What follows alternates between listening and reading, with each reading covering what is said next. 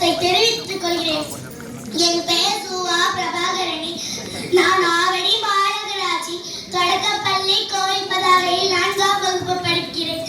ஒரு தேசத்தின் சுதந்திர போராட்டம் ஆயுதமில்லாமல் வெற்றி பெற்ற வரலாறு இல்லை. ஆனால் இந்தியாவுக்கு அந்த பெருமையை பெற்று தந்தவர் காந்திஜி.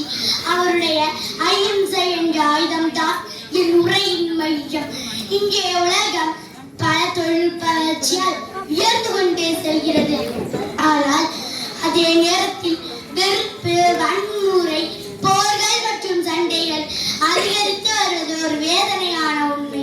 இத்தகைய காலத்தில் நம் தேசத்தின் தந்தை மகாத்மா காந்திஜி உலகிற்கு அளித்த அஹிம்சை என்ற கொள்கையை பேசுவது மிக முக்கியமானதும் மிக பயனுள்ளமான செயல்.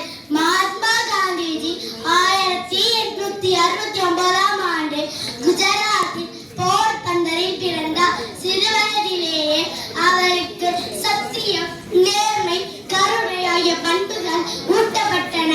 ஆனால் அவருடைய அஹிம்சை எண்ணம் முதலில் தென்னாப்பிரிக்காவில் தான் தோன்றியது. அங்கு இந்தியர்கள் சந்தித்த இனவெறி அநீதிகள் அவரை ஆழமாக பாதித்தன. அந்நேரத்தில் தான் அவர் சத்தியாகிரகம் என்ற போராட்ட முறையை உருவாக்கினார். இது வன்முறையற்ற எதிர்ப்பு, உண்மையையும் அமைதியையும் கொண்ட போராட்டம், ஆழமாக கொண்ட போராட்டம். அங்கே தொடங்கிய அந்த விதையை பின்னர் இந்திய சுதந்திர போராட்டத்திற்கு பெரிய மரமாக வளர்ந்திருந்தது. பிரிட்டிஷ் ஆட்சியை களைவதற்கு காந்திஜி எடுத்த பாதை உலக வரலாற்றில் தனித்துவமானது. அவர் ஆயுதம் எதுவும் எடுக்கவில்லை. அவர் அஹிம்சை என்ற ஆயுதத்தை கையில் எடுத்தார். அவர் அஹிம்சையை போதிக்க பயன்படுத்தியது உண்மை, அன்பு, தன்னடக்கம். பொதுமக்கள் தங்கள் உரிமைக்காக அமைதியாக போராடுது. உப்பு சத்தியாகிரக பயணம் 240 மைல் நடந்த வரலாற்று பயணம் பிரிட்டிஷ் ஆட்சியை அதர வைத்தது. வெள்ளையனே வெளியேறு இயக்கம் என்ற ஆயிரக்கணக்கான மக்களை ஒன்றிணைத்தது. இந்த போராட்டங்களில் எங்கும் வன்முறை இல்லை. ஆனால் அஹிம்சை சக்தியால் இந்தியா சுதந்திரம் பெற்றது.